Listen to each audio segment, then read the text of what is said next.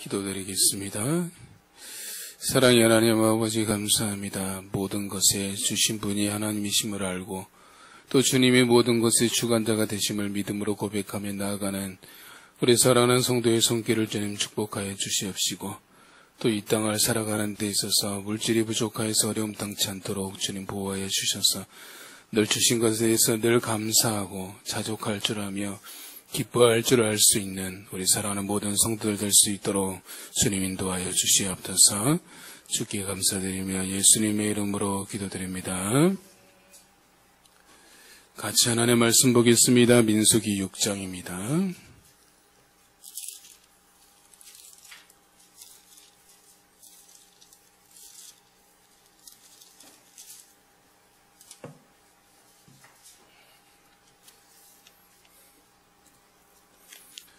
민수기 6장 1절에서 8절까지 같이 보겠습니다.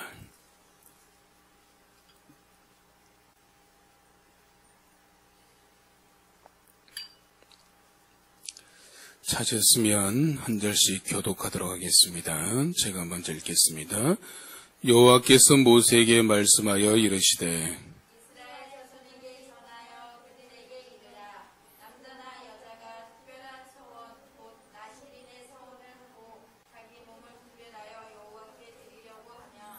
포도주와 독주를 멀리하며 포도주로 된 초나 독주로 된 초를 마시지 말며 포도즙도 마시지 말며 생포도나 건포도도 먹지 말지니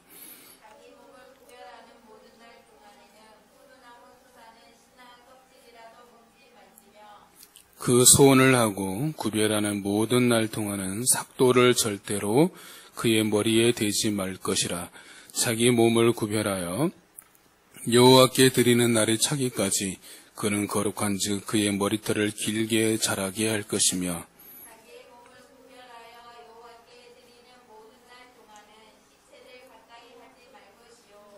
그의 부모 형제 자매가 죽은 때라도 그로 말미암아 몸을 더럽히지 말 것이니 이는 자기의 몸을 구별하여 하나님께 드리는 표가 그의 머리에 있음이라. 같이 읽습니다. 자기의 몸을 구별하는 모든 날 동안 그는 여호와께 거룩한 자니라. 아멘. 요즘 우리나라 사람들이 고민하는 화두가 나다움이라고 말합니다. 나다움이라는 것은 나 자신답게 사는 것을 말하는 것이죠. 다르게 말하면 사람들이 자신이 원하는 대로, 자신이 바라는 대로, 자신이 꿈꾸는 대로 살지 못하고 있다라는 것을 말하고 있는 겁니다.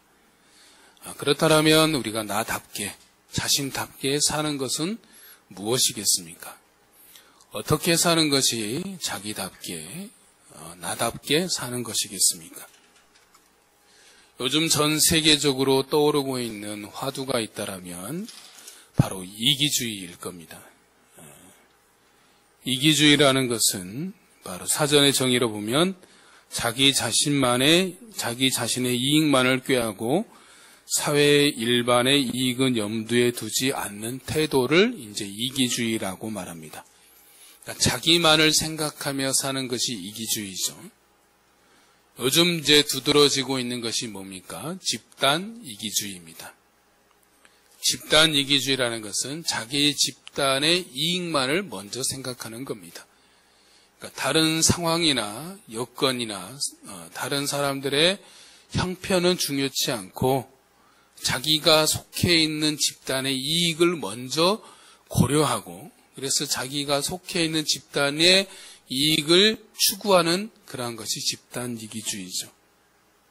이러한 것은 이제 코로나가 지속되면서 점차 심화되고 있는 것들을 우리가 보고 있습니다. 또 하나 나타나고 있는 이기주의가 이제 국가 이기주의입니다.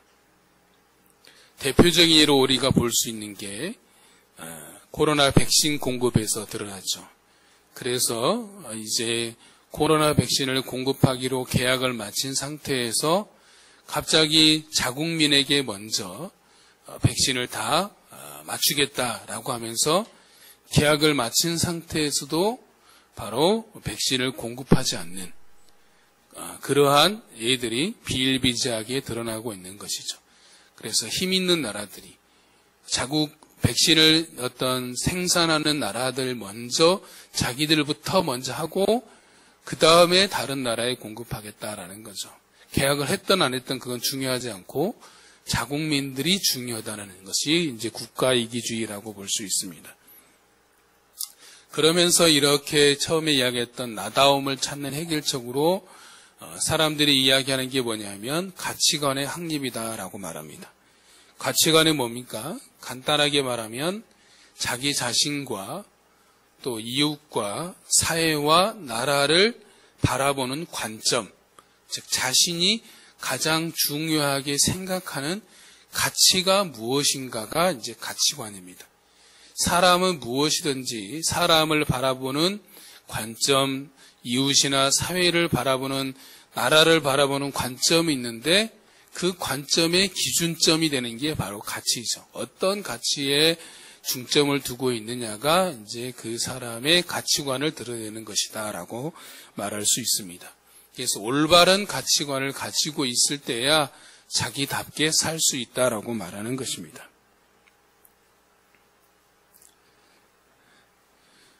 세바시라는 강연을 잠깐 보는데 배우 시네라 씨가 이제 강의 중에서 그런 말을 했습니다. 인터뷰하면서 하나님께서 자신에게 은사를 주신 목적이 뭐라고 말했냐면 바로 하나님께서 사람에게 은사를 주신 목적은 사람을 살리는 데 있습니다 라고 말했습니다. 그러면서 특별히 자신이 주신 은사는 어려움을 당하고 있는 아동을 살리는 것에 있다라고 말하는 것을 들었습니다. 이 시네라 씨의 가치관은 뭡니까? 사람을 살리는 것에 있다라는 것을 알 수가 있는 것이죠. 또 건강한 이기주의라는 말이 있습니다. 이기주의라는 것은 좋은 말이 아닌데 그 앞에 뭐가 붙어 있습니까?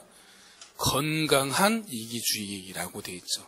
건강한 이기주의란 뭐냐면 자신이 먼저 건강해야 다른 사람을 제대로 섬길 수 있다라는 것을 말하는 거죠. 그래서 원래 이기주의는 자기만을 생각하는데 근데 건강한 이기주의라는 것은 자기 자신을 먼저 잘 돌보는 가운데 그래서 자신이 건강해야 다른 사람을 잘 섬길 수 있다라는 것이 이기주의라고 건강한 이기주의라고 말을 합니다. 이번 주간에 우리가 이제 살펴볼 말씀은 민수기 4장 21절부터 민수기 7장까지 여러분이 이제 읽으실 텐데 민수기 4장에서는 이제 레위 지파 자손 중에서도 게르손 자손과 무라리 자손이 맡은 임무에 대해서 말하고 있고 민수기 5장에서는 이제 부정한 사람에 대해서 어떻게 해야 되는지에 대하고 그리고 의심 소재에 대해서 어떤 남자가 자기 아내에 대해서 어떤 부정한 일을 저지르는 것이 되는지 하는 의심이 들었을 때 어떻게 해야 되는지에 대해서 말씀하고 있습니다. 그리고 민수기 6장은 오늘 우리가 보겠지만 나실인에 관한 것이고 그 다음에 제사장들이 백성들에게 하는 축복 기도에 대해서 말하고 있습니다. 그리고 민수기 7장은 이스라엘 지휘관들, 특별히 그들의 조상의 가문의 우두머리들이 드린 예물에 대해서 쭉 길게 설명을 하고 있습니다.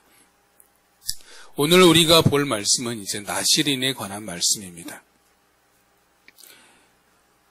자기 자신의 나다움을 찾는 것이 바로 나다움, 가치관의 확립이 있다라고 말씀을 드렸는데 오늘 말씀을 통해서 우리가 이 땅을 살아가는 데 있어서 우리는 어떤 가치관을 가지고 살아가야 되는지에 대해서 우리가 생각해보고 적용하고자 하는 것입니다.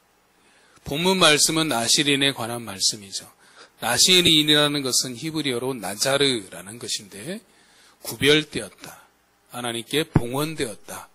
하나님께 바쳐졌다라는 뜻이 바로 나실인이라는 뜻입니다. 이 나실인은 크게 두 종류로 구분이 됩니다. 첫 번째는 오늘 본문에 나와 있는 것처럼 특별히 어떤 남자와 여자가 일정 기간 동안에 내가 나실인으로 살겠다라고 서원하는 일시적 나실인입니다. 기간도 그렇고 이 모든 것은 자기가 정해서 소원하는 겁니다. 내가 한 달 동안 나시린으로 살겠습니다. 1년 동안, 몇 년 동안, 또 며칠 동안 나시린으로 살겠습니다라고 소원하는 경우입니다. 두 번째는 평생 나시린으로 사는 경우입니다. 대표적인 애가 삼손입니다. 사사기 13장에 보면 삼손은 태어나는 날부터 죽는 날까지 하나님께 바쳐진 나시린이 됩니다라고 말씀하고 있죠. 그런데 우리가 아는 것처럼 삼손은 자신이 나시린인데 나시린의 정체성답게 살지 못하고 자신이 마지막 죽는 순간에 정신을 차린 인물이 바로 이 삼손입니다. 또 한 사람의 이제 평생 나시린으로 산 사람이 한나의 소원으로 드려진 사무엘이죠. 그 다음으로 이제 본문 말씀에서 말씀하고 있는 게 뭐냐면 나시린으로 소원한 자가 금지해야 될 것, 하지 말아야 될 것에 대해서 말씀하고 있습니다. 오늘 본문에 보면 첫 번째는 포도에 관한 모든 것을 먹어서는 안 됩니다. 포도주도 먹어서 안 되고 포도로 만든 초를 먹어서도 안 되고 포도즙이나 생포도나 건포도 등 먹지 말아야 됩니다. 즉 나시린으로 소원한 기간에는 포도로 된 어떤 것도 먹지 말아야 됨을 말하고 있습니다. 보통 이제 포도주가 이스라엘 백성들에게 상징하는 것은 우리나라 모든 축제에 빠지지 않는 음료가 있는 것처럼 포도주는 이스라엘의 모든 잔치에 빠지지 않는 음료라고 말합니다. 그래서 요한복음 2장에 보면 가나 혼인잔치에 있어서 가장 중요하게 여겼던 게 뭡니까? 포도주였죠. 그래서 그것처럼 중요한 음료였다는 거죠. 그래서 기쁨과 즐거움을 나타내는 것이라고 말하는데 어떤 세상에 줄 수 있는 즐거움, 어떤 기쁨을 잠시 내려놓는 그 기간이 바로 나시린으로 소원한 기간입니다. 두 번째는 뭐라 그랬습니까?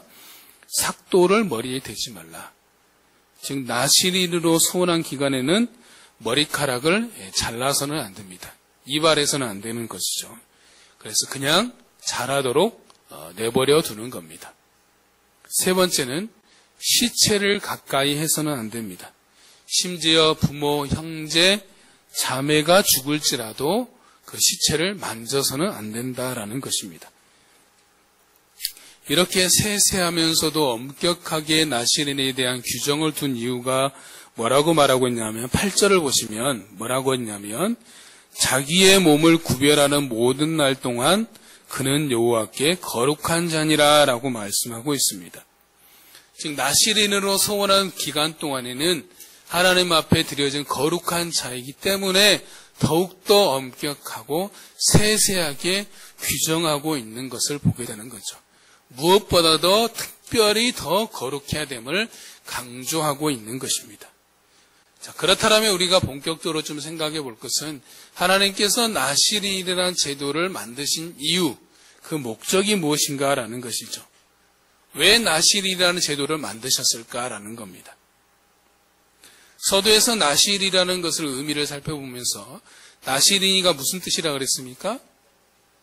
하나님께 구별된 자, 봉헌된 자, 바쳐진 자라고 했습니다. 하나님께 바쳐졌다는 게 뭡니까? 하나님의 소유, 하나님의 것이다라는 것을 말씀하시죠. 그래서 나시린이라는 것은 전적으로 하나님의 소유가 된 자, 하나님께 속한 자란 곧 하나님의 것이다라는 것을 말하는 것입니다. 그렇다면 구약시대의 나시린의 의미가 현재 우리에게 어떤 의미가 있겠습니까? 이게 중요하죠. 구약시대의 나시린이 현재 우리에게는 어떤 의미가 있느냐가 중요한 겁니다. 그것은 우리가 쉽게 알 수 있는데 구약시대의 나시린의 의미는 다르게 말할 수도 있지만 구약시대의 나시린은 현재 뭐와 같다라고 말할 수 있냐면 바로 예수님을 믿는 그리스도인이 바로 나시린이다라고 말할 수 있습니다. 그리스도인이라는 의미에 대해서 존 메가더 백수다님은 이렇게 말했습니다. 그리스도인이라는 것은 단순한 호칭이 아니라 어떻게 살고 궁극적으로 어떻게 죽을 것이냐라는 중요한 함의를 가진 완전히 새로운 사고방식이다라고 말하고 있습니다. 원래 그리스도인이라는 헬라어 단어는 크리스티아누스라는 것인데 뜻은 그리스도를 따르는 사람이라는 뜻입니다. 그리스도를 따르는 사람이라는 것은 그리스도께 속해 있어서 그리스도를 따라가는 사람이다라는 것이죠. 그래서 바울은 로마서에서 자신을 소개할 때 뭐라고 소개하고 있습니까?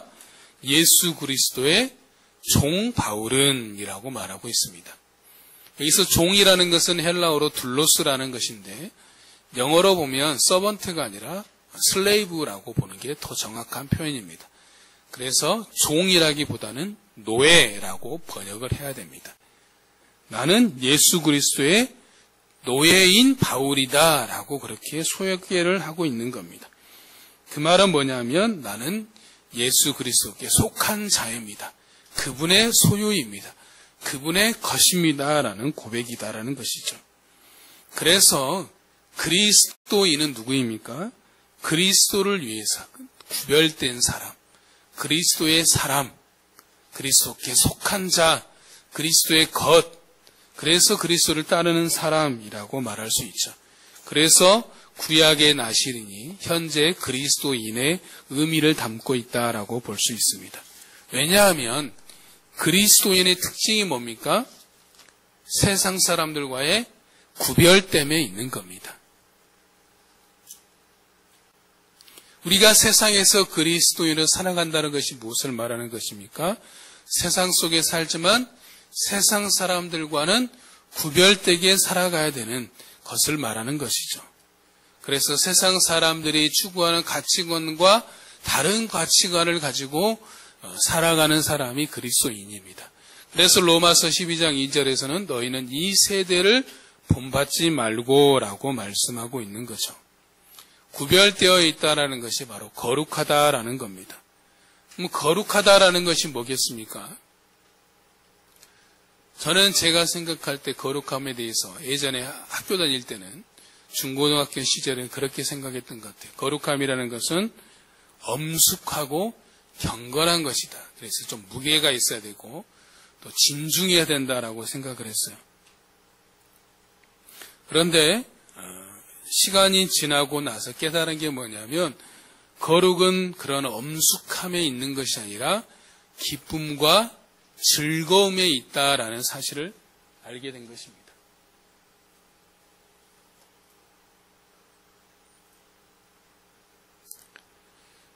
그래서 진정한 거룩은 뭐냐면 여기 목소리를 내리깔고 오른쪽에 성경책을 딱 끼고 하나님이 말씀하셨습니다라고 이렇게 거룩한 목소리를 내는 게 거룩이 아니다라는 거죠. 예전에는 그래서 많이 했던 게 뭐냐면 여의도 순복음교회 목사님, 조용기 목사님 흉내를 사람들이 많이 냈어요. 예수님께서 말씀하십니다 하시면서 그분의 톤을 따라 하시는 분이 굉장히 많았어요. 그게 거룩인 줄 알았어요. 그래서 목소리를 내리깔고 오른쪽에 성경책을 들고 정결한 옷을 입고 다니면 그게 거룩이라고 착각하고 살고 있었다라는 것이죠. 그런데 진정한 거룩은 뭐냐면 우리를 사랑하시고 우리를 거룩하도록 부르신 이를 사랑하고 기뻐하는 것이 바로 거룩입니다.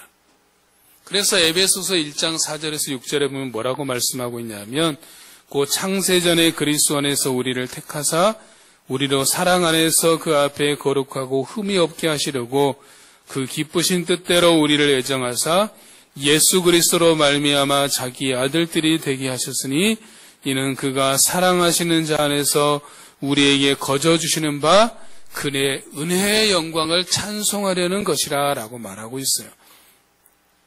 하나님께서 우리를 창세전에 택하셔서 거룩하고 흠이 없게 하신 이유가 무엇인가? 바로 그리스도로 말미암아서 그의 아들이 되게 하셨는데 이는 우리에게 거저 주신 그분의 은혜의 영광을 찬송하는 것이다. 그분의 은혜를 기뻐하고 찬양하는 것이다 라고 말하고 있는 거죠. 그래서 거룩은 무게 잡고 있는 게 아니에요. 그분을 위해서 기뻐하고 즐거워하는 게 바로 거룩이다라는 것이죠. 존 파이퍼 목사님의 웨스터민스터 소교리 문답 제1문이 뭡니까? 인생의 제일 되는 목적이 무엇입니까? 라는 것의 질문에 하나님을 영원롭게 하고 그분을 영원토록 즐거워하는 것이 이제 원래의 답인데 존 파이프 목사님이 이렇게 해석했습니다. 하나님을 기뻐함으로써 그분을 영화롭게 하는 것입니다. 라고 했습니다. 하나의 문장을 합친 거죠. 영어로 보면 원래 그렇다라고 해석을 한 겁니다. 하나님을 기뻐하는 것이 그분을 영화롭게 하는 것. 하나님을 즐거워하는 것이 그분께 영광 돌리는 삶이다라고 말하는 것입니다. 또 말하기를 뭐라고 말했냐면 하나님이 당신에게 최고의 영광을 받으시는 순간은 당신이 하나님으로 인해서 최고의 만족을 누릴 때이다 라고 말했습니다. 하나님이 우리를 통해서 최고의 영광을 받는 순간은 언제냐면 우리가 하나님 안에서 하나님으로 최고의 만족을 누릴 때 하나님이 영광을 받으신다라는 겁니다.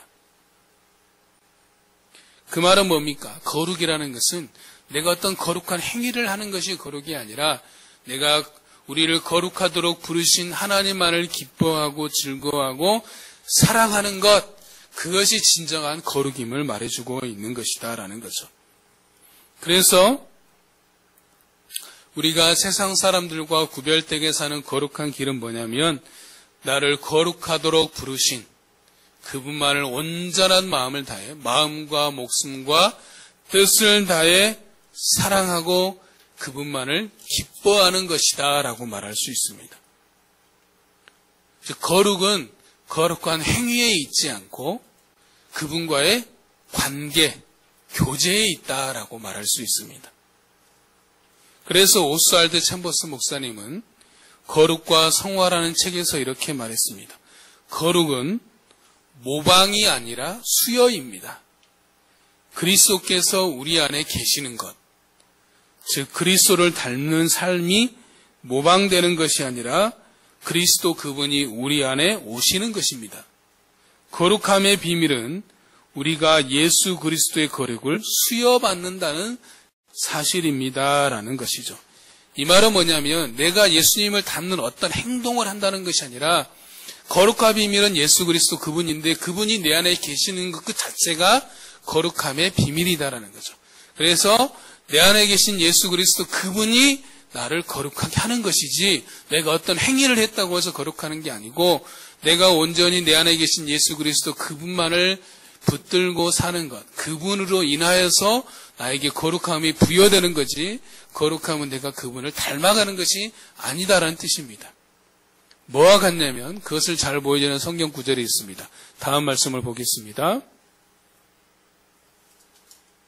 같이 읽습니다.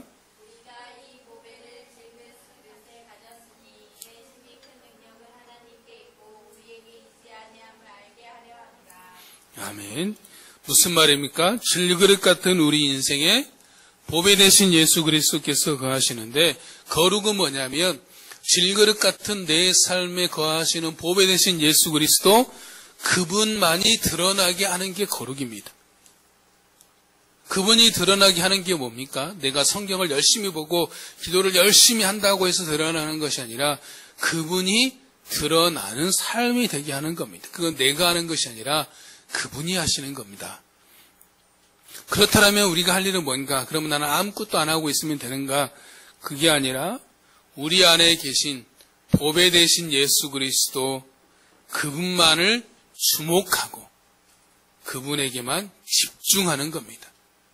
내가 어떤 행위를 하는 것이 아니라 내 안에 계신 보배 되신 예수 그리스도 그분께 집중하며 그분만을 주목하는 것. 다르게 말하면 그분만을 온전히 사랑하는 것을 말하는 것입니다. 데이비드 그레고리가 쓴 예수와 함께한 저녁 식사 2라는 책이 있습니다. 이 책의 내용은 뭐냐면 주인공이 이제 예수님을 만나서 변화되어서 회심되어서 그래서 이제 새로운 신앙, 새로운 삶을 삶으로 해서 몇 년간은 기쁨이 넘치고 감격이 넘치는 그러한 신앙생활을 했습니다. 그런데 시간이 지나자 그러한 감정들이 이제 시들해져 버리고 말씀을 봐도 보아지지도 않고 기도해도 기도해지지도 않고 예배 드려도 예배의 기쁨도 없고 모든 것이 어떤 침체된 영적인 침체기에 접어들게 된 거죠. 그러한 가운데 있을 때 다시 예수님을 만난 이야기를 이제 기록한 책입니다. 그 가운데 주인공이 어떤 사람을 만나서 그에게 자신의 이런 상황들에 대해서 이야기하면서 조언을 구하는데 그 사람이 이렇게 말하는 구절이 있습니다. 뭐라고 말했냐면 예수님께 푹 빠지세요. 주님이 전부입니다. 어찌 살아야 하는지 세세히 알려주실 겁니다. 라고 말합니다. 그가 제시한 답은 딱 한 가지였어요. 예수님께 푹 빠지는 것. 우리가 신앙생활하다 보면 영적인 침체기가 찾아올 때가 있죠. 말씀을 보아도 기쁨도 없고 감격도 없고 예배를 드려도 그냥 형식적으로 드리는 것 같고 하나님이 나의 하나님으로 느껴지지도 않고 그런 무미건조한 신앙생활을 할 때가 있습니다. 그때 해결책은 뭐냐면 내가 더 말씀을 많이 봐야지, 더 기도를 많이 하지, 이런 어떤 행위를 하는 것이 아니라 예수님께 푹 빠지는 것, 예수님을 더 사랑하는 것에 집중하는 것, 예수님을 향한 마음을 회복하는 것에 있다라는 것입니다. 성경을 보고 기도하며 또 가끔 사람들에게 교회 다니라고 말하고 주일날 되면 교회에 오는 것이 예수님을 믿는 것일까요? 물론 이것도 맞습니다. 그러나 이것은 신앙생활의 한 단면만을 보여주는 거죠. 핵심은 뭐냐면 내가 어떤 행위를 했는 것에 있지 않고 핵심은 그분과의 관계, 교제에 있는 겁니다. 내가 예수님을 얼마나 사랑하고 있느냐, 내가 얼마나 하나님을 주목하고 사느냐에 있다라는 거죠. 내가 하루를 살면서 예수님을 얼마나 사랑하며 살고 있는가, 이것이 핵심입니다. 내가 오늘 말씀을 10장 봤어, 20장 봤어, 30장 봤어, 기도를 1시간 했어, 2시간 했어, 이게 중요한 것이 아니라 그것보다 더 핵심은 뭐냐면 내가 얼마나 오늘 더 하나님을 사랑했는가, 얼마나 더 예수님께 주목하며 집중하며 기억하며 의지하며 신뢰하며 살았느냐에 있다라는 겁니다. 사랑하면 길이 보인다라고 말합니다. 사랑하면 사랑한 일을 기쁘게 하고 싶습니다. 사랑하면 사랑하는 이의 마음을 알고자 합니다. 사랑하면 사랑하는 이만 자신의 눈에 들어오고 보이게 됩니다. 쉬운 예로 우리가 그렇잖아요. 우리의 자녀들이 학교에서 운동회를 하면 누구만 보입니까? 수많은 많은 아이들이 있지만 내 자녀만 보이거든요. 내 자녀가 무엇을 하는지 유심히 보게 되고 다른 아이들은 관심 없습니다. 그 이유가 딱 한 가지죠. 내가 사랑하는 이가 내 자녀이기 때문에 다른 사람은 어떻게 하든지 별로 중요하지 않아요. 그래서 내 자녀만 보이는 겁니다. 또한 사랑하게 되면 사랑하는 일을 위한 수고도 마다하지 않게 되는 것이죠. 하나님께서 이스라엘 백성들에게 계속해서 하신 말씀이 뭡니까? 바로 간단하게 말하면 다른 것에 눈 돌리지 말고 제발 너희는 나 여호와 하나님만을 섬기고 사랑하고 경외하며 나 여호와 하나님의 말만을 좀 제발 들어라라는 거죠. 나만 섬겨라, 나만 사랑해라 라고 계속해서 말씀하시는 게 하나님의 메시지인 것을 우리가 알 수 있습니다. 예수님께서 부활하신 이후에 베드로는 어디로 돌아갔습니까? 자기 고향 갈릴리로 돌아가서 원래 자기가 했던 생업인 어부를 하고 있었죠. 그때 예수님께서 다시 베드로를 찾아오셔서 그에게 베드로와 함께 아침 식사를 하시면서 베드로에게 물으신 말이 딱 한마디가 있었죠. 뭘 물었습니까? 너 왜 그때 나를 배반했느냐? 봐라, 내 말대로 너 배반하지 않았느냐라고 책망하지 않으셨어요. 딱 한마디, 내가 이 사람들보다 나를 더 사랑하느냐. 이 말씀만 3번 반복하셨어요. 내가 이 사람들보다 나를 더 사랑하느냐. 내가 나를 사랑하느냐? 내가 나를 사랑하느냐? 이 말씀만 하셨다라는 거죠. 그것은 무엇을 말합니까? 사랑이면 충분하다라는 겁니다. 우리가 기억할 것은 사랑이면 충분합니다. 성경에서 말씀하고 있는 하나님 말씀의 핵심이 뭡니까? 예수님께서 잘 말씀하고 있죠. 마태복음 22장 37절과 40절에 보면 뭐라고 있습니까? 내 마음을 다하고 목숨을 다하고 뜻을 다하여 주 너희 하나님을 사랑하라 하셨으니 이것이 크고 첫째 되는 계명이요 둘째도 그와 같으니 내 이웃을 내 몸같이 사랑하라 하셨으니 이 두 계명이 온 율법과 선지자의 강령이니라 라고 말씀했습니다.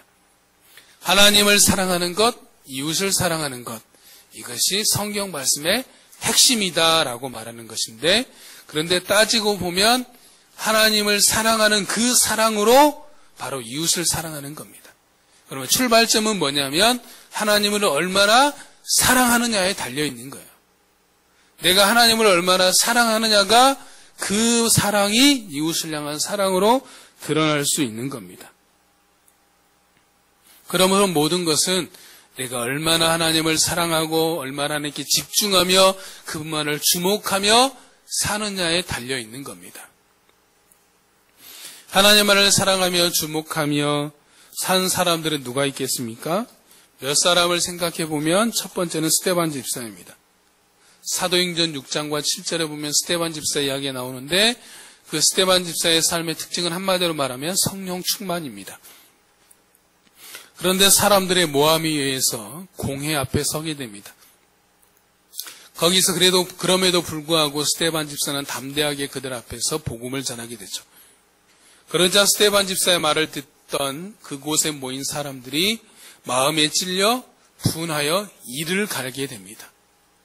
그러자 스데반 집사가 뭐라고 했냐면 스데반이 성령이 충만하여 하늘을 우러러 주목하여 보니 하나님의 영광과 및 예수께서 하나님 우편에 서신 것을 보게 된 겁니다.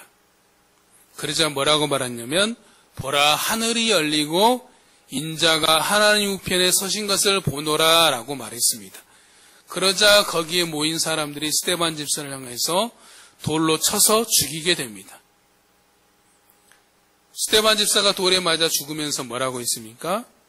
주 예수여 내 영혼을 받으시옵소서 라고 하면서 무릎을 꿇고 또 크게 불러 뭐라고 기도했냐면 주여 이 죄를 그들에게 돌리지 마옵소서 라고 하고 성경에서는 그의 마지막을 뭐라고 말했냐면 스데반이 잤다라고 말했습니다. 죽었다라는 거 말하지 않고 잤다라고 표현하고 있죠. 스데반 집사가 하늘을 주목하여 하나님을 주목하여 봤을 때 자기를 돌로 쳐서 죽이는 자들을 향하여서 원망하고 비수를 꼽는 것이 아니라 이 죄를 그들에게 돌리지 마옵소서라고 용서하고 있는 것들을 보게 됩니다. 다음으로 다윗을 생각해 볼 텐데 다윗은 두 가지의 장면을 보도록 하겠습니다. 하나는 우리가 잘 아는 골리앗과의 싸움입니다. 블레셋 진영에서 3m에 가까이 이르는 거인 장수 골리앗이 등장하여서 이스라엘 군대를 향하여서 싸움을 북돋웠습니다. 골리앗을 본 이스라엘 군대의 반응이 어떻게 했습니까? 그 거인 장수 신장에 압도당하여서 모든 군대가 두려워 벌벌 떨었습니다. 그것을 보고 다윗이 형들을 위문하러 왔던 다윗이 참아보지 못하고 앞에 나서게 되죠. 그런데 다윗의 눈에는 거인 장수 골리앗이 보이지 않은 것입니까? 골리앗이 갑자기 작아져 버렸습니까? 그렇지 않죠. 똑같은 3m 이르는 거인 장수 골리앗이 서 있었지만 다윗이 바라본 것은 뭐였냐면 거인 장수 골리앗을 바라보는 것이 아니라 만군의 여호와 하나님을 바라본 것이죠. 그래서 사무엘상 17장 45절에 뭐라고 말합니까? 너는 나에게 칼과 창과 단창으로 내게 나오지만 나는 만군의 하나님 여호와의 이름으로 내게 나아간다라고 말하고 있는 것들을 보게 되죠. 그래서 만군의 여호와의 이름으로 나아가 승리를 거두게 된 겁니다.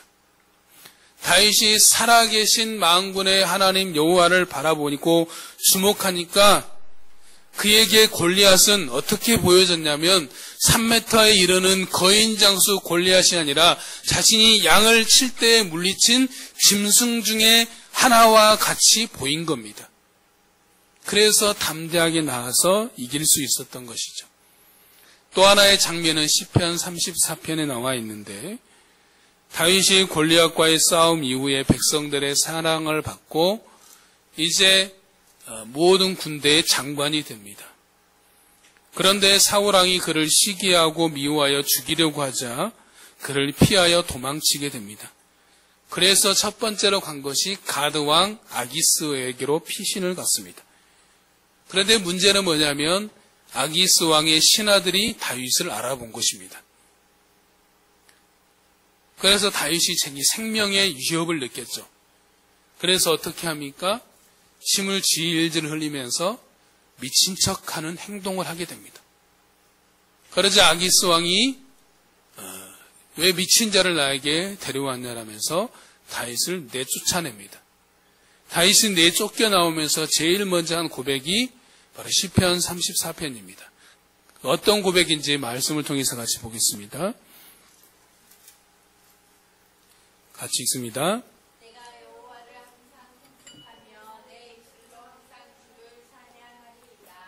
아멘. 다윗은 하나님을 찬양하고 있습니다. 다윗이 바라본 것은 뭐냐면 자신이 살기 위해서 이방왕, 가드왕, 아기스 앞에서 미친 척 해야만 했던 그런 상황을 바라본 것이 아니라 그런 자신이 죽을 수 있는 그런 가운데서 자신을 건지시고 구원해 주신 살아계신 하나님을 바라본 것이죠. 그렇기 때문에 하나님의 은혜를 찬양할 수 있었던 것을 보게 됩니다. 사도행전 3장에 보면 베드로와 요한이 제9시 기도 시간이 되어서 예루살렘 성전에 기도하러 올라갑니다. 그런데 매일같이 성전 앞 미문에 나면서부터 안진뱅이 된 자가 구걸하러 나와 있었습니다. 그날 또 베드로와 요한을 바라보면서 무엇을 얻을까라고 하는 심정으로 바라봤죠. 베드로가 그 나면서부터 안진뱅이를 보면서 뭐라고 말합니까? 은과 금은 내게 없거니와 내게 있는 것으로 내게 주노니 나사렛 예수 그리스도의 이름으로 일어나 걸으라 라고 말하죠. 그러자 그 나면서부터 안진뱅이가 즉시 일어나서 걷고 뛰게 됩니다. 그러자 주위에 있던 많은 사람들이 베드로와 요한에게 몰려들게 됐죠. 그러자 베드로가 뭐라고 말하냐면 이스라엘 사람들아 이 일을 왜 놀랍게 여기느냐. 우리 개인의 권능과 경건으로 이 사람을 걷게 한 것처럼 왜 우리를 주목하느냐라고 말합니다. 이 말은 뭡니까? 우리가 한 것이 아니다. 너희들이 죽인 생명의 주, 너희가 생명의 주를 죽였는데 그런데 하나님께서 다시 그를 죽은 자 가운데서 다시 살아나게 하셨다. 우리는 그 이름을 믿는다. 그 이름을 믿는 그 이름의 그분이 바로 이 나면서부터 안전뱅이를 낫게 하신 것이지 우리가 한 것이 아니다라고 말하고 있는 겁니다. 예수 그리스도 그분이 한 것이지 바로 우리가 한 것이 아니다라고 하면서 베드로와 요한은 철저하게 예수 그리스도 그분만을 주목하고 있는 것입니다. 예수님을 주목하며 사는 자의 삶의 태도가 있습니다.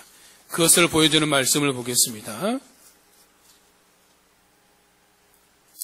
같이 읽습니다. 시작.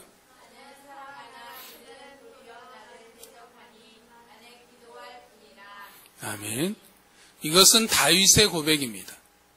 나는 그들을 사랑해야 했습니다. 그러나 돌아오는 것은 대적뿐입니다. 이에 대한 대답은 나도 똑같이 대적하는 것이 아니라 그들을 위해 기도하는 것이다 라고 말하고 있는 거죠. 우리가 살면서 이러한 일들을 얼마나 많이 만납니까? 나는 진심으로 대합니다. 선하게 대했습니다. 그런데 돌아온 것은 그들이 나의 진심을 모르거나 오히려 나에게 상처를 주는 말들을 하는 경우들이 많이 있습니다. 그럴 때 우리가 어떻게 해야 되겠습니까? 내가 선으로 돼 있는데 너희들이 악으로 돼? 그러면 나도 다시 악으로 돼야지 라고 맞대응하는 것이 아니라 그들은 나에게 악으로 돼 있을지라도 나는 다시 그들에게 무엇으로 돌려주는가? 기도로 돌려주는 것이다. 기도로 그들을 축복하는 것이다 라고 말할 수 있습니다. 우리가 살면서 우리의 삶을 힘들게 하는 사람들이 있지 않습니까? 마음을 아프게 하는 사람도 있고 고통을 주는 사람도 있습니다. 그럴 때 어떻게 해야 될까요? 내 마음을 아프게 하고 상처를 들고 힘들게 하고 고통스럽게 하는 사람들이 누구나 다 있습니다. 그러한 사람들을 바라볼 때 우리는 어떻게 해야 되겠습니까? 그 사람이 나에게 한 것처럼 똑같이 해줘야 되겠습니까? 눈에는 눈, 이에는 이, 너도 고통을 당해봐라 라고 하는 것이 아니라 그 사람을 통해서 말씀하시는 하나님을 바라봄으로 쉽지는 않겠지만 어려운 일이지만 맞대응하는 것이 아니라 그를 위해서 축복하며 기도하는 것이 하나님을 바라보는 자의 모습입니다. 그것이 곧 우리 모든 성도들, 저와 우리 모든 성도들의 모습이 되었으면 좋겠습니다. 또 하나는 다윗이 아들 압살롬의 반란을 피하여 유다 광야로 도망쳤을 때 시므이라는 사람이 다윗을 따라오면서 돌을 던지면서 다윗을 향하여서 저주합니다. 그러자 다윗의 신복이었던 아비새가 다윗에게 그렇게 말하죠. 이 죽은 개가 어찌 내 주 왕을 저주하리이까? 청하건대 내가 건너가서 그의 머리를 베게 하소서라고 청을 합니다. 내가 가서 죽이고 오겠으니 허락해 달라라는 거죠. 보통 일반적인 경우는 어떻게 했습니까? 그래라 라고 했을 겁니다. 근데 다윗은 그렇게 하지 않고 뭐라고 말했냐면 아비새에게 그러지 말라라고 말하면서 그가 저주하는 것은 여호와께서 그에게 다윗을 저주하라 하심이니 내가 어찌 그리하였느냐 할 자가 누구겠느냐라고 말합니다. 무슨 말입니까? 시므이가 지금 나를 저주하는 것은 저 시므이의 말이 아니라 하나님께서 시므이를 통해서 나에게 하시는 말씀이다라고 받아들인 겁니다. 다윗이 바라본 것은 지금 자신을 향해서 돌을 던지며 저주하는 시므이를 바라본 것이 아니라 하나님을 바라본 것이죠. 그러니까 단순한 저주가 아니라 저 사람을 통해서 하나님께서 말씀하시는 것이다라고 보고 있는 것입니다. 즉 나에게 악으로 대하는 사람들마저 그 단순한 악이 아니라 하나님께서 나에게 악으로 대하는 그 사람을 통해서 말씀하시는 하나님의 말씀으로 받아들이고 있는 것입니다. 사실 이것은 한 사람의 시각으로는 불가능합니다. 내가 하고자 하면 불가능하죠. 오로지 우리가 하나님만 주목하고 있을 때, 그분만을 온전히 바라보고 있을 때, 사랑하고 있을 때, 신뢰하고 있을 때만 가능한 일입니다. 최근에 제가 지난주 월요일부터 시작하게 된 작은 실험이 한 가지가 있습니다. 그것은 다른 것이 아니라 지난주에 말씀을 보면서 기도하는데 마음에 하나의 작은 주시는 감동이 있었어요. 그게 뭐였냐면 그런 마음을 딱 주시는 거예요. 갑자기 그런 마음이 확 들어왔습니다. 네가 다른 사람을 축복해라 라는 마음을 주신 거예요.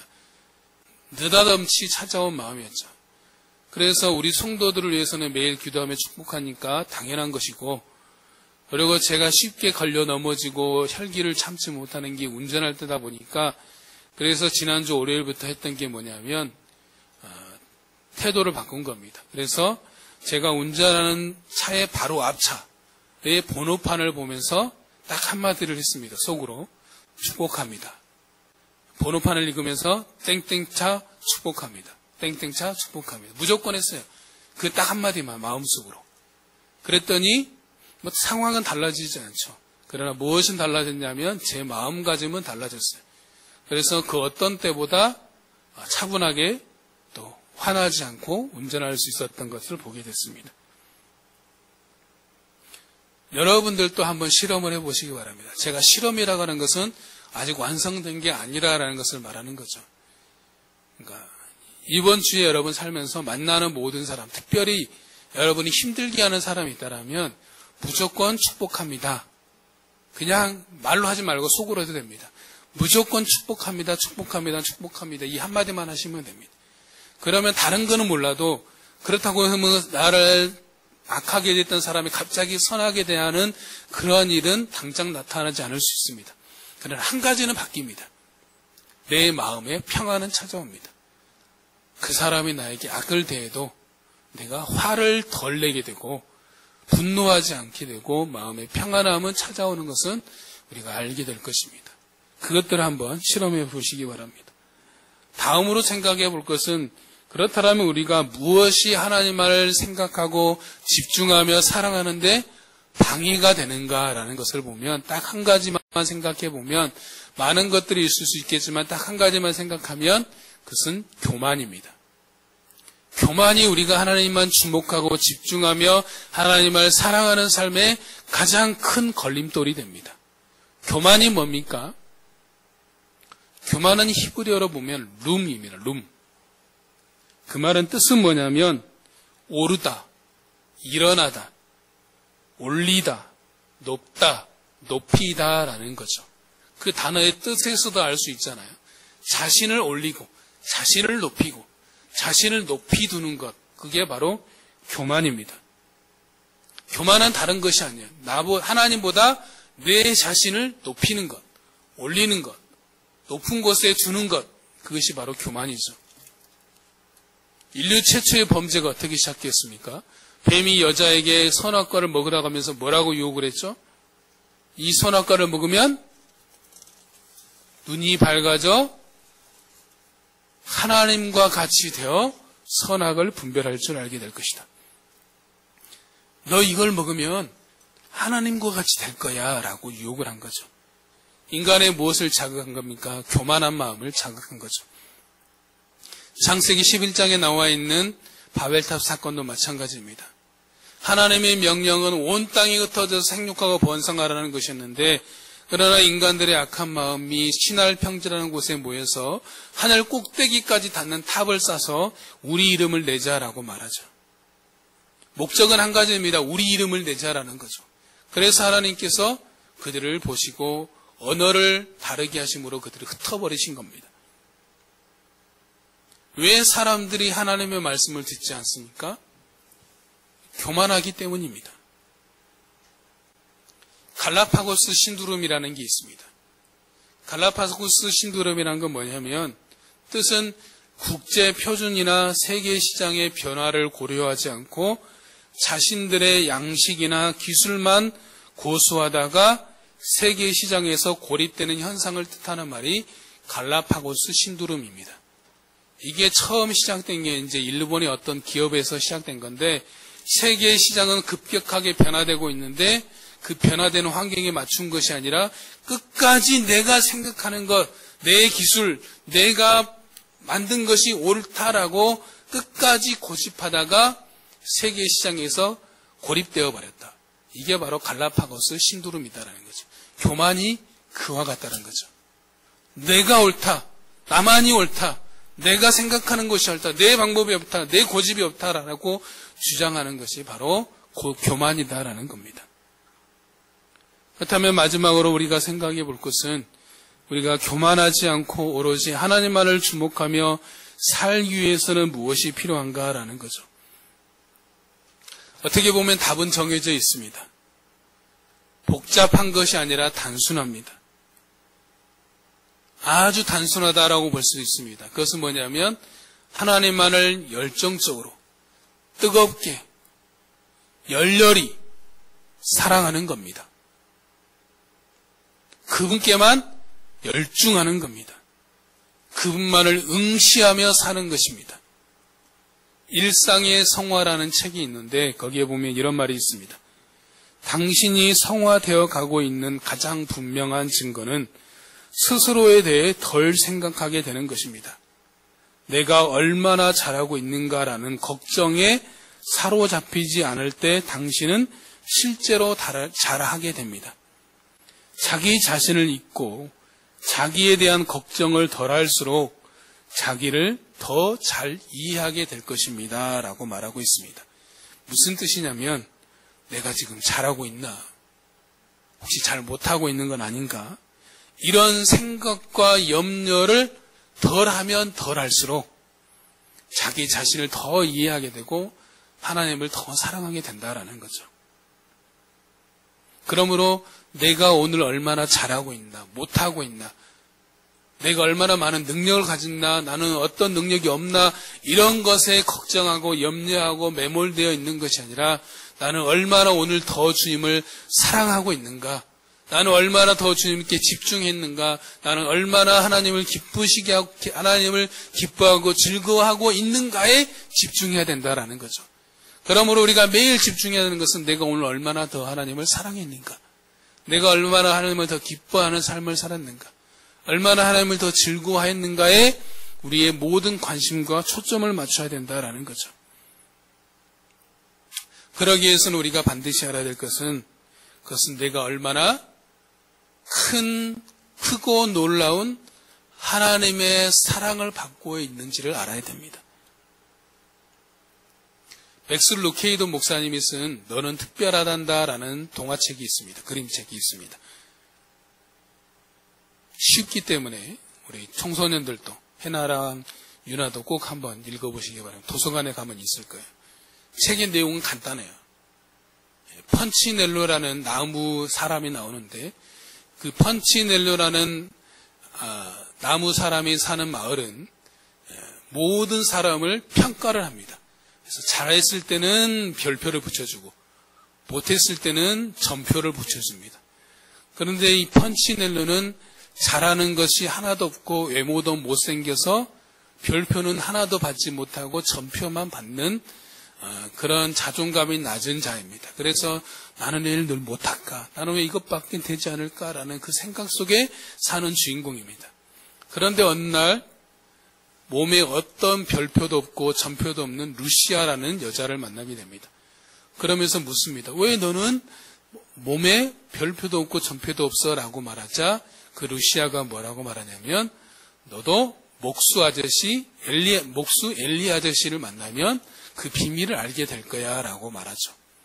여기서 힌트가 보여주죠. 엘리라는 뜻이 뭡니까? 하나님이라는 뜻이거든요. 그래서 그 펀치넬로도 목수 엘리 아저씨를 찾아갑니다. 목수가 뭡니까?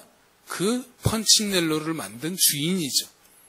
그래서 목수 엘리 아저씨가 펀치넬로에게 이렇게 말을 합니다. 누가 별표나 점표를 붙이는 거지? 그들도 너와 똑같은 나무 사람일 뿐이야.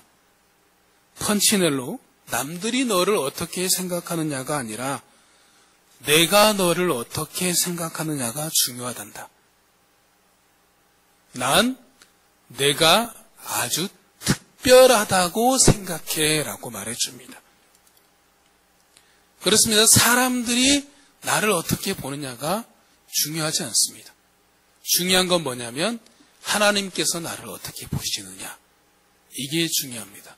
하나님께서 우리를 어떻게 보십니까? 에베소서 2장 10절에 보면 우리는 그가 만드신 바라라는 말씀이 있는데 여기서 만드신 뜻이는 만드셨다라는 것은 헬라어로 포이에마, 영어로 하면 포임, 시가 됩니다. 그 말은 뭐냐면 최고의 걸작품이라는 뜻이에요.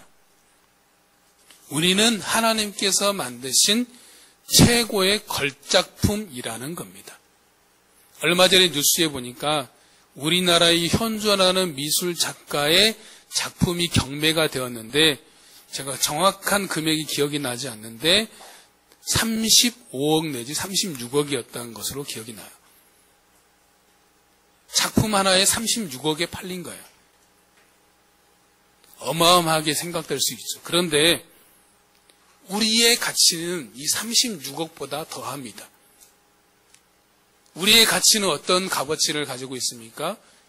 우리의 가격은 예수님의 피값, 예수님의 생명값이에요. 이것보다 더 큰 가치가 있을 수 있을까요? 아무리 100억, 1000억을 갖다 줘도 사람의 생명보다 귀한 값어치는 없어요. 이 땅에 1조를 갖다 둬도 예수님의 핏값보다 큰 것은 존재할 수가 없다라는 거죠. 그런데 우리는 예수님의 핏값만큼의 값어치를 가지고 있는 존재다라는 거죠. 그러므로 우리가 기억해야 할 구절은 기억해야 할 거 뭐냐면 난 하나님이 너무나도 사랑하시는 특별한 존재라는 것을 기억하시기 바랍니다. 한번 따라하겠습니다. 난 하나님이 너무나도 사랑하시는 특별한 사람이야. 이번 한 주간 다른 건 다 잊어버려도 상관없습니다. 이거를 기억하십시오. 난 하나님이 너무나도 사랑하시는 특별한 사람이야. 영어로 하면 You are special. 나는 스페셜한 사람입니다. 왜? 예수님의 핏값이 지불되었기 때문에. 그렇기 때문에 나는 특별한 사람이다라는 것을 기억하면서 동시에 뭐 해야 됩니까? 나를 그렇게 특별하게 생각하시고 사랑하시는 그분만을 사랑하는 것, 그분만을 바라보는 것, 그분만을 주목하는 것, 그것이 우리가 해야 될 유일한 일입니다. 그러므로 우리가 날마다 기도할 제목이 뭐냐면 주님, 오늘 하루 주님을 더 사랑하게 하여 주옵소서. 오늘 8월 29일 주님을 더 사랑하게 하여 주시옵소서. 내일 8월 30일이 되면 오늘 8월 30일 오늘 더 주님을 사랑하게 하여 주옵소서. 더 주님만을 주목하며 집중하며 살게 하여 주옵소서라고 우리가 기도해야 될 것입니다. 말씀의 결론을 내리면서 최근에 기도하는 중에 우리 교회, 우리 성도들을 바라보면서 하나님께 주신 마음의 소원이 있습니다. 그것은 뭐냐면 저와 우리 모든 성도가 상처 입은 치유자가 되기를 원하는 겁니다. 무슨 말입니까? 상처 입은 치유자라는 것은 사람이 세상을 살면서 상처를 받지 않고 사는 사람이 있습니까? 단 한 사람도 없을 겁니다. 전 세계 60억의 사람들이 존재하지만 모든 사람이 다 상처를 받고 삽니다. 또 상처를 입습니다.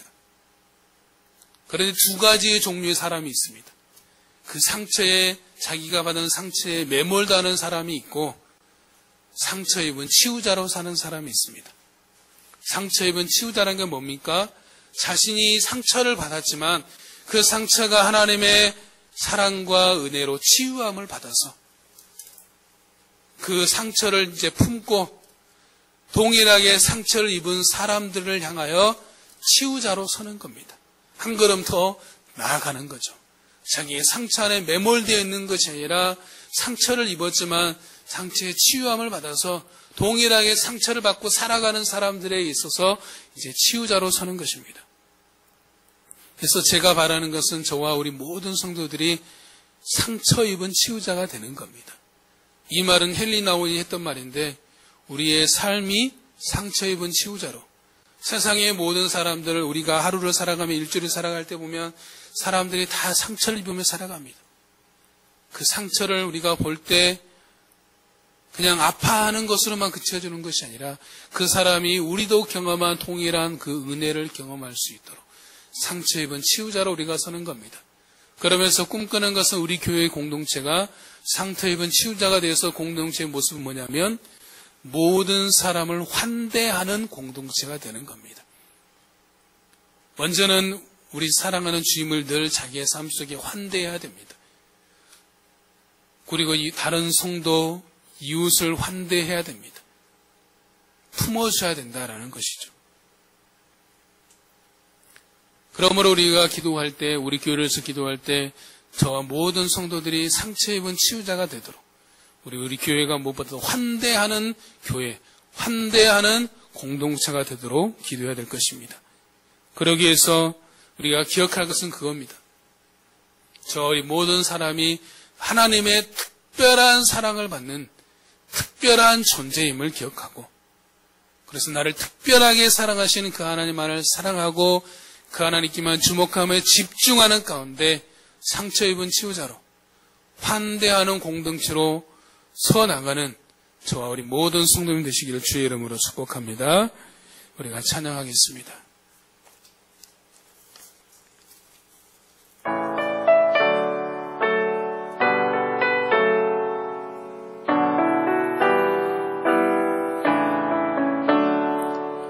예수를 나의 구주 삼고 성령과 피로써 거듭나니 이 세상에서 내 영혼이 하늘의 영광 누리도다. 이것이 나의 간증이요 이것이 나의 찬송일세. 나 사는 동안 끊임없이 구주를 찬송하리로다.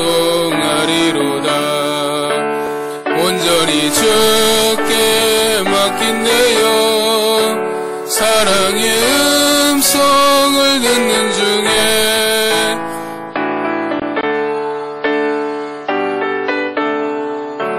하늘의 영광 보리로다. 이것이 나의 간증이요 찬송일세. 나 사는 동안 끊임없이 구주를 찬송. 주 안의 기쁨 누림으로 마음의 풍랑이 세상과 나는 간 곳 없고 구속한 주만 보이도다. 이것이 나의 찬증이요 이것이 나의 찬송일세. 나 사는 동안 끊임없이 구주를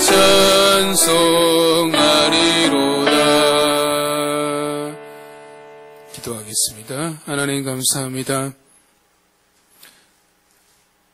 우리가 얼마나 하나님의 크고도 놀라우신 사랑을 받고 있는 하나님의 특별한 사람인 것들을 늘 기억하고 감사하고 우리를 그렇게 사랑하시는 주님만을 기뻐하며 즐거워하며 온전히 사랑할 수 있도록 주님 인도하여 주시옵소서.